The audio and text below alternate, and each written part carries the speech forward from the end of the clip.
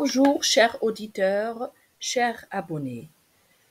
Donc aujourd'hui, nous allons aborder le saturnisme.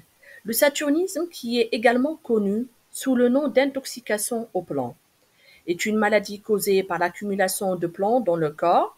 Cette condition peut avoir des effets graves sur la santé, en particulier chez les enfants en bas âge, les femmes enceintes et les travailleurs exposés à des niveaux élevés de plomb. Dans ce cours, nous explorerons les causes, les symptômes, les effets et les méthodes de prévention du saturnisme, ainsi que les actions nécessaires pour promouvoir la santé et la sécurité des individus exposés. Voyons maintenant le plan de notre cours pour une meilleure compréhension de ce sujet crucial. En effet, cette présentation va être scindée en deux parties. Une première partie qui va traiter les généralités concernant le plan, les sources d'exposition sacénitique et son mécanisme d'action. En deuxième lieu, nous allons voir et découvrir quelles sont les conséquences de cette toxicité sur l'organisme, comment traiter l'intoxication par le plan, comment la prévenir et enfin, comment peut-on poser le diagnostic grâce à la toxicologie analytique. Il faut savoir que le plomb est l'un des métaux les plus anciennement utilisés et les plus largement utilisés. Sa toxicité est connue depuis l'Antiquité et elle est toujours d'actualité. Pourquoi? Pour deux raisons. Il faut savoir que le plomb est un métal très utilisé en termes d'industrie, mais aussi il constitue un polluant environnemental très répandu. On dit que le plomb est ubiquitaire, donc on va le retrouver partout dans l'atmosphère, dans le sol et dans l'eau.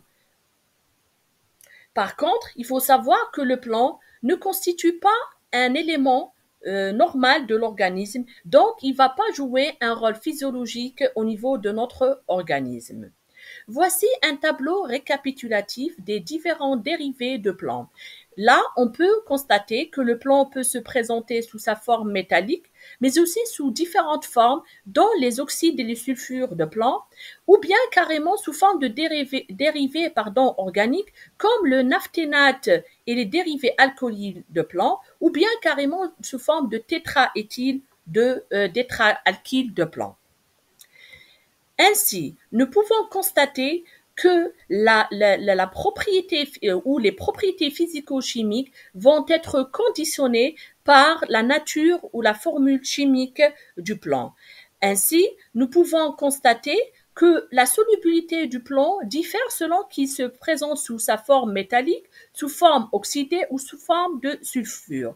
Et on va là souligner que les sulfures de plomb constituent les dérivés les plus insolubles dans l'eau, alors que le plomb métallique, il est assez soluble dans l'eau. Une autre propriété que nous pouvons retenir à partir de ce tableau étant que le plomb soit assez sensible à l'acide nitrique, donc il va s'y dissoudre facilement, mais aussi il peut être attaqué par l'acide sulfurique en donnant du sulfate de plomb. Donc ce sont deux propriétés qu'on va garder surtout et particulièrement par rapport à l'analyse toxicologique. Quelles sont les sources d'exposition au plomb?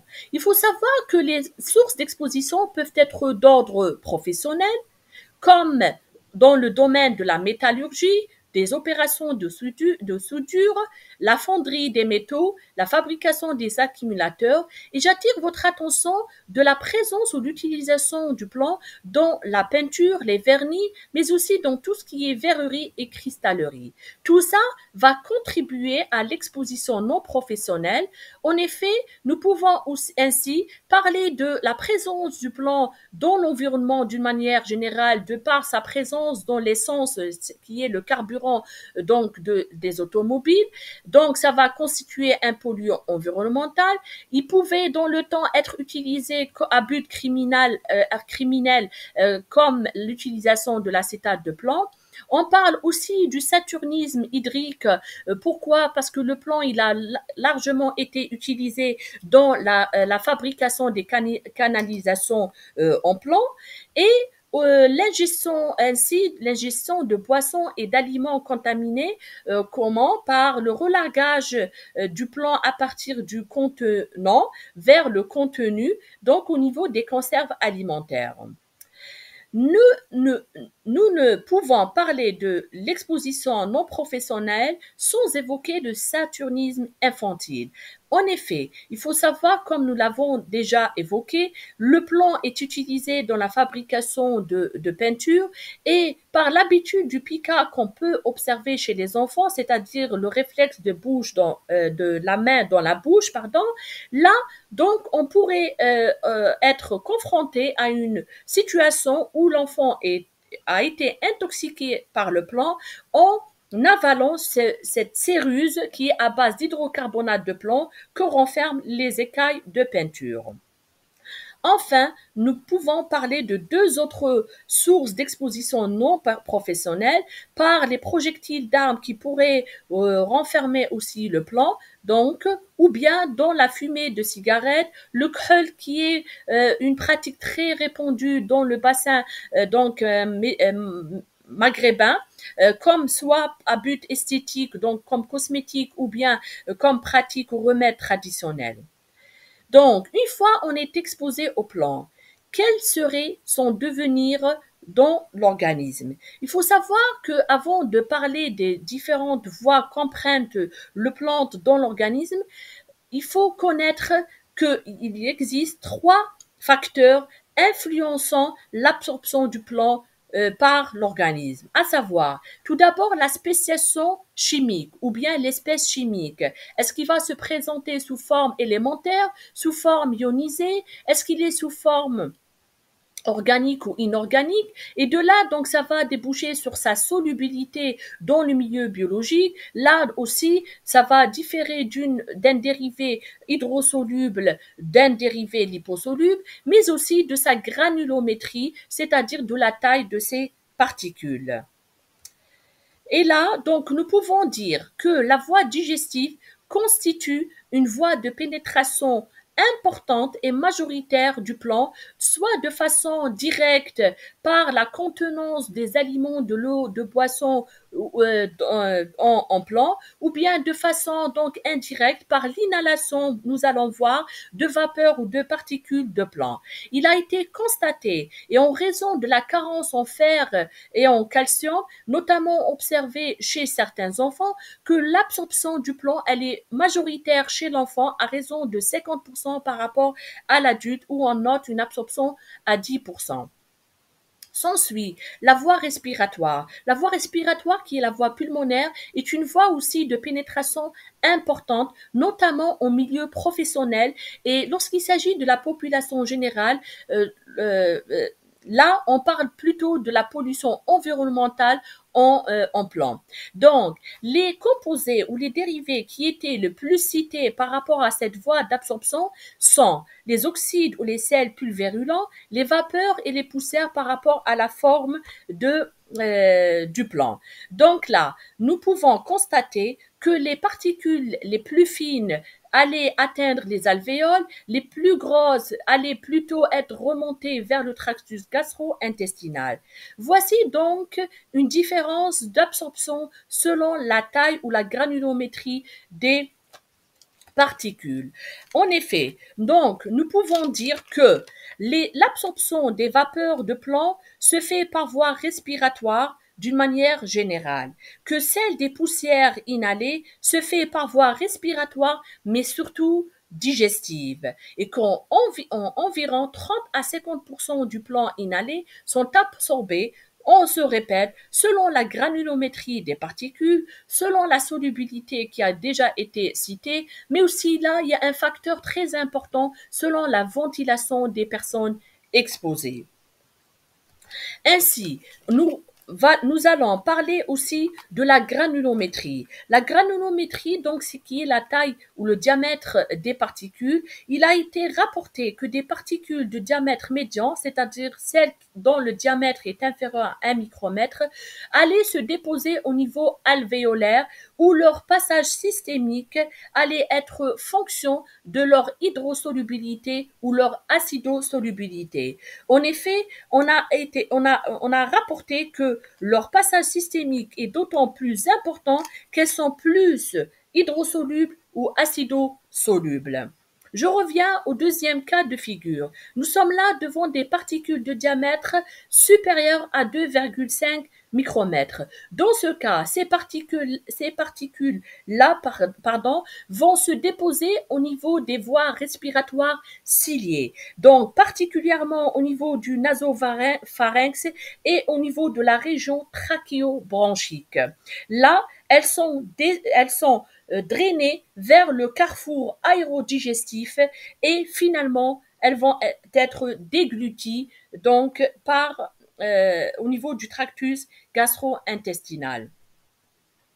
Enfin, une troisième voie qui est citée par rapport aux voies de pénétration du plan, qui est celle de la voie cutanée. Il faut savoir que la voie cutanée, elle est aussi possible et que elle est d'autant plus importante lorsqu'on est devant l'absorption de composés organiques comme les tétraalkyles de plan ou bien lorsque on est devant des composés inorganiques mais que la peau est lésée.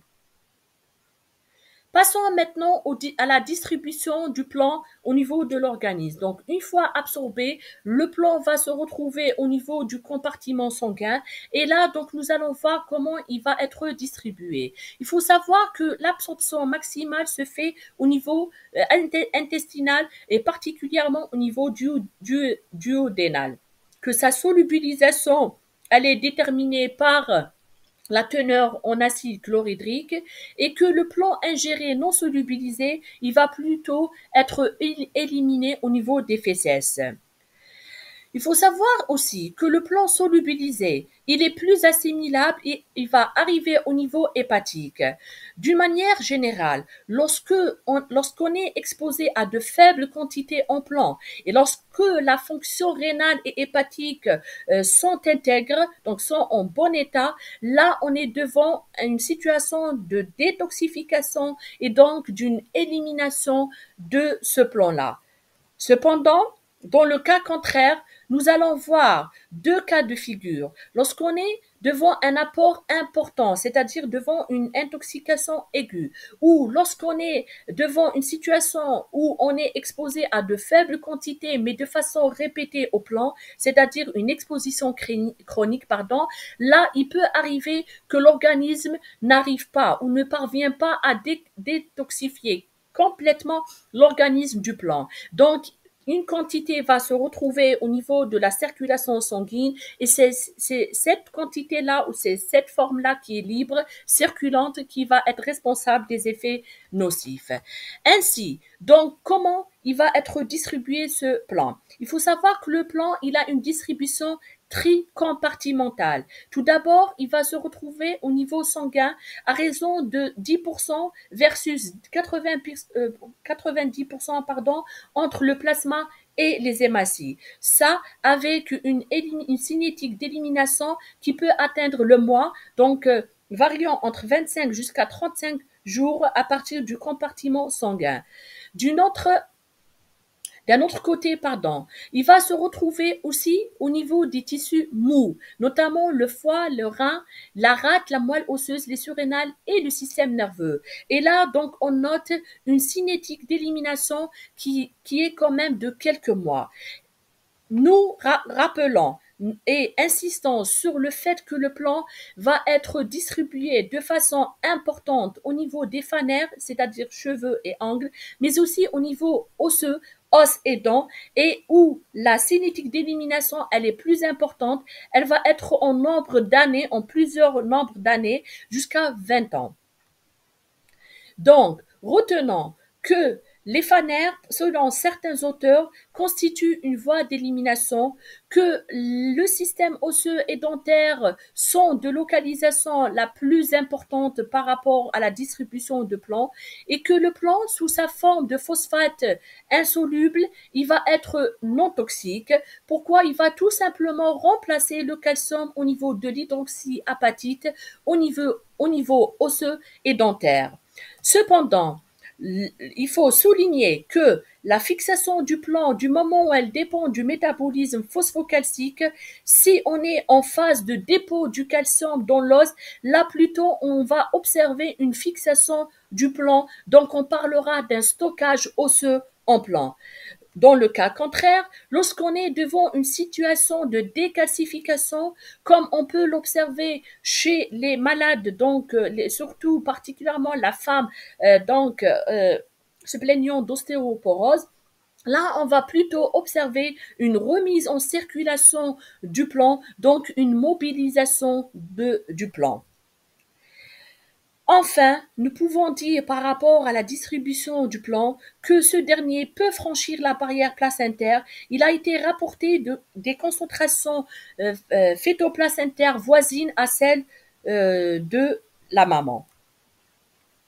Voici un schéma récapitulatif qui va illustrer justement le parcours du plomb au niveau de l'organisme. Donc, commençons par l'absorption de l'organisme où nous avions dit qu'on note une absorption importante par voie digestive, par la voie digestive et la voie respiratoire. Il va se retrouver au niveau sanguin. Au niveau du compartiment sanguin, il faut savoir que c'est la forme ionisée qui constitue la forme diffusible et qui va jouer un rôle toxique au niveau de l'organisme.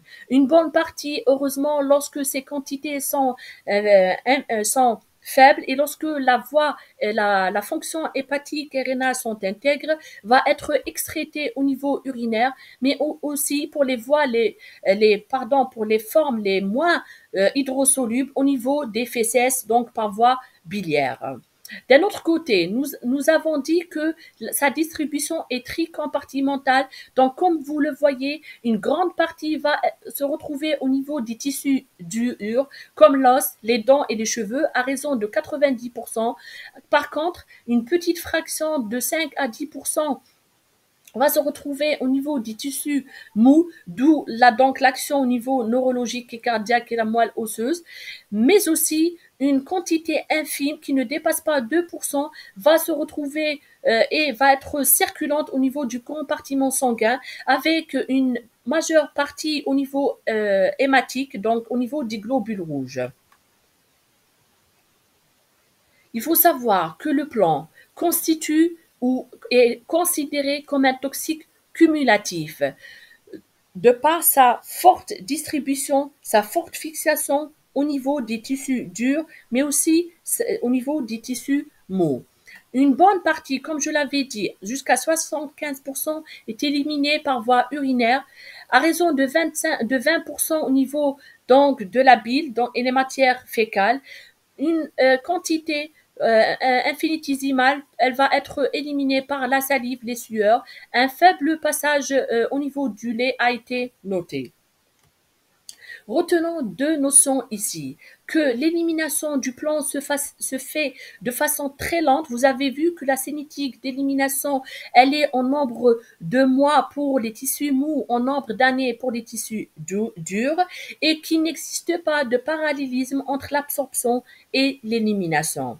D'où le phénomène d'accumulation du plomb au niveau de l'organisme. Nous pouvons aussi pas parler du plomb en se contentant de ses dérivés inorganiques. Il faut toujours s'intéresser à cette forme organique. Pourquoi? Parce qu'elle joue aussi un rôle important du point de vue toxicologique, puisqu'elle-même peut exercer un effet toxique. Il faut savoir que d'une manière générale, les dérivés organiques les plus rapportés par rapport à l'intoxication chez l'homme et notamment au milieu professionnel, il s'agit du plan tétraméthyle et tétraéthyle. Pourquoi? Je rappelle pour ça, pourquoi? Parce qu'il rentre dans la composition du carburant, qui est l'essence. Alors, Cette forme-là, elle va être absorbée par toutes les voies, mais de par sa lipophilie, elle va plutôt être absorbée par la voie cutanée. Elle est métabolisée en partie en plan inorganique en faisant intervenir le cytochrome P450 et en faisant subir à ces composés une déalkylation, en produisant des formes diéthylées et triméthylées, et on peut même observer une petite fraction de plomb inorganique qui va être éliminée au niveau urinaire, tout ça suite à une ingestion par ce plomb-là, ou suite à une absorption par voie cutanée. Il arrive que le plomb sous sa forme tétraméthylée et tétraéthylée soit absorbé par inhalation. Dans ce cas, des composés tétraéthylés peuvent être éliminés dans l'air exhalé. Passons maintenant au mécanisme d'action toxique du plomb. Donc, une fois absorbé, distribué au niveau des différents compartiments que nous avons déjà cités, comment il va exercer son action toxique? Tout d'abord, il faut savoir que la toxicité des composés minéraux, elle est directement liée à leur solubilité. Ainsi, nous pouvons observer une toxicité par ordre décroissant qui va des composés nitrates vers les composés phosphates, où les composés phosphates demeurent les composés les moins toxiques par rapport à leurs prédécesseurs.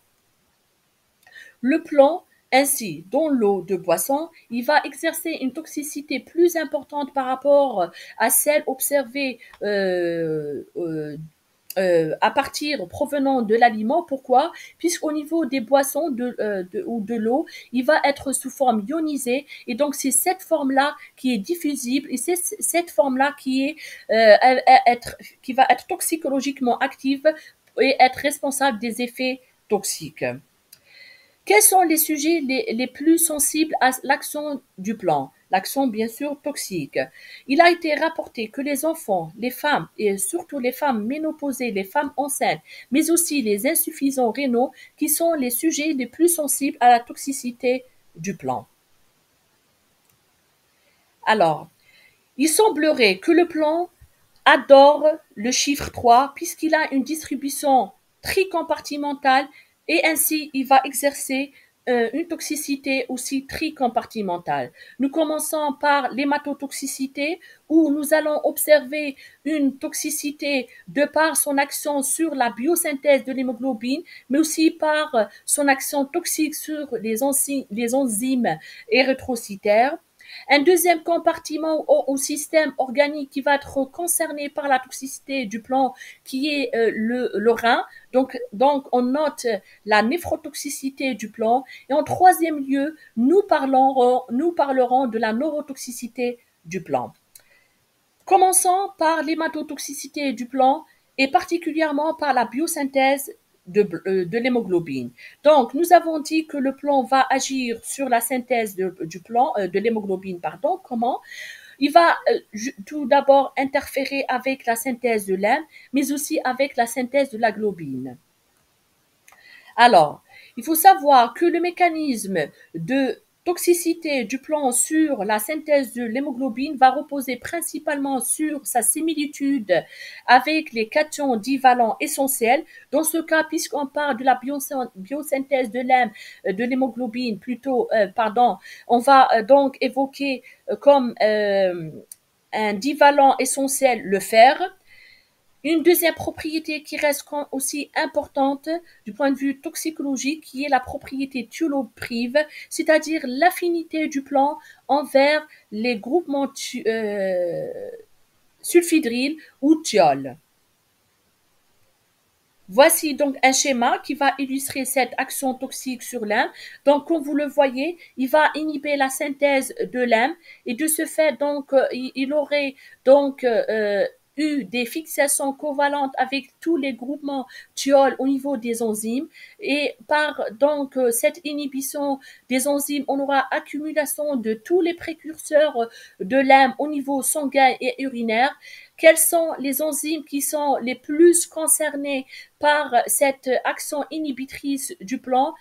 Nous avons l'hème synthétase, l'ALA déshydratase et la coproporphyrinogène décarboxylase. Il a été rapporté que l'ALA-déhydratase pour l'acide aminolevulinique déshydratase est l'enzyme la plus touchée par l'inhibition du plan.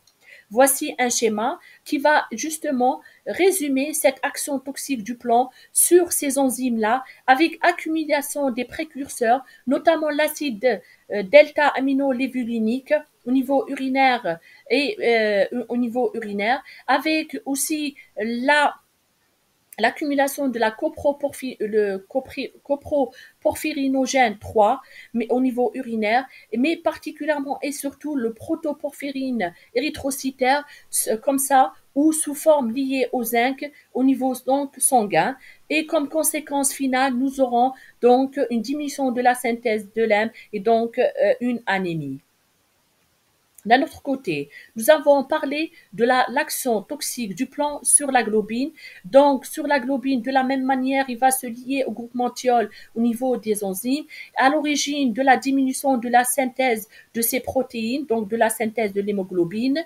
Et ainsi, nous pouvons récapituler cette action toxique sur la biosynthèse de l'hémoglobine. Passons à une deuxième donc rubrique de la synthèse de l'action hématotoxique du plan. Nous allons parler de son action sur les enzymes érythrocytaires. En effet, il va non seulement avoir une action sur l'ATPase sodium-potassium dépendante responsable de l'hémolyse et de la fragilité osmotique des globules rouges responsables de leur déformation structurale, mais aussi son action sur la pyrimidine 5' nucléotidase avec accumulation donc des nucléotides et à l'origine de la formation des hématies à granulation basophile qu'on va observer au niveau du frottis sanguin.